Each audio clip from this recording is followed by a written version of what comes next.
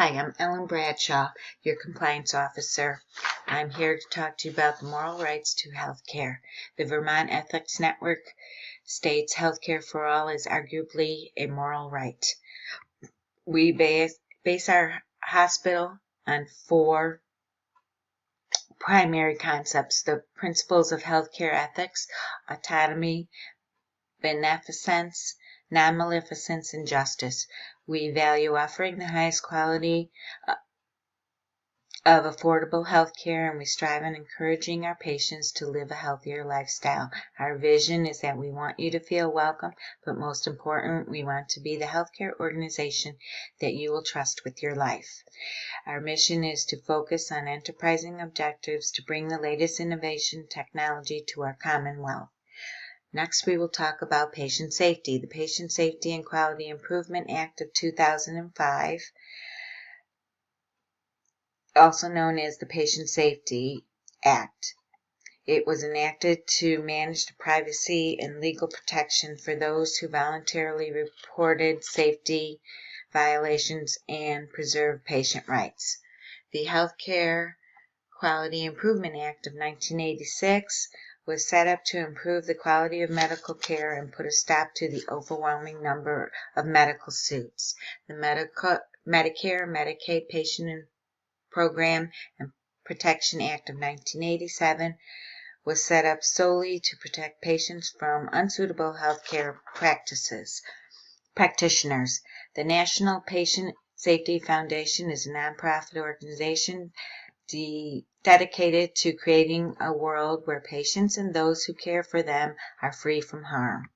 The informed consent is the essential elements or requirements for a reasonable patient standard.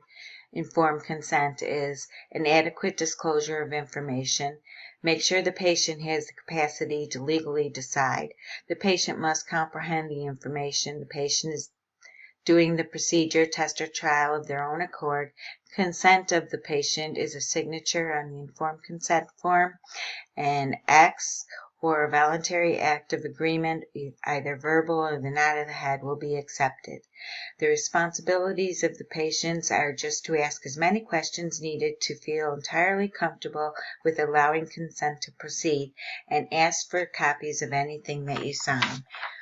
Our next topic is the Genetic Information Non-Discrimination Act of 2008, GINA.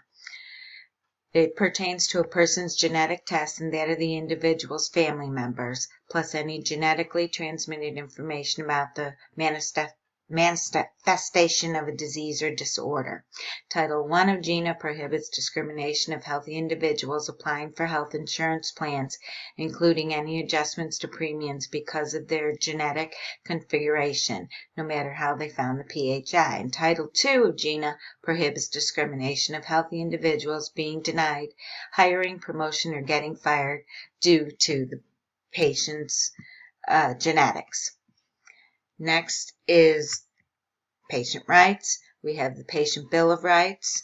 We have the Patient Protection, Accountability, and Affordability Act of 2010. And we have the patient's right to die.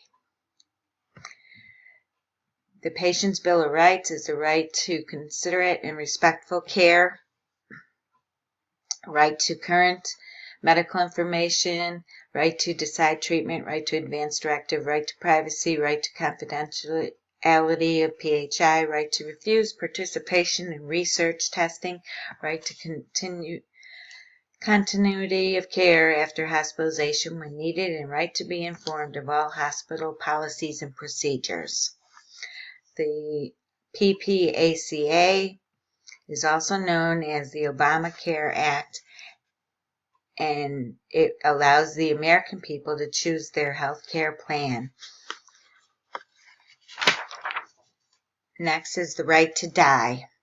There are many reasons people choose to end their lives. Euthanasia is considered passive when the death occurs because of all life-supporting treatments and equipment are stopped. Active euthanasia is when lethal substances are administered to the patient so that they will die. Physical assisted suicide is when a terminally ill patient is given either a lethal injection of a substance, or they are provided with a lethal substance in liquid or pill form to be swallowed.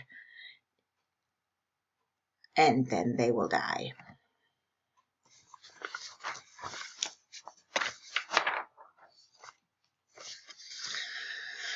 Okay, that's good. We're just going to leave it at that. Press done. Press done. Where's done?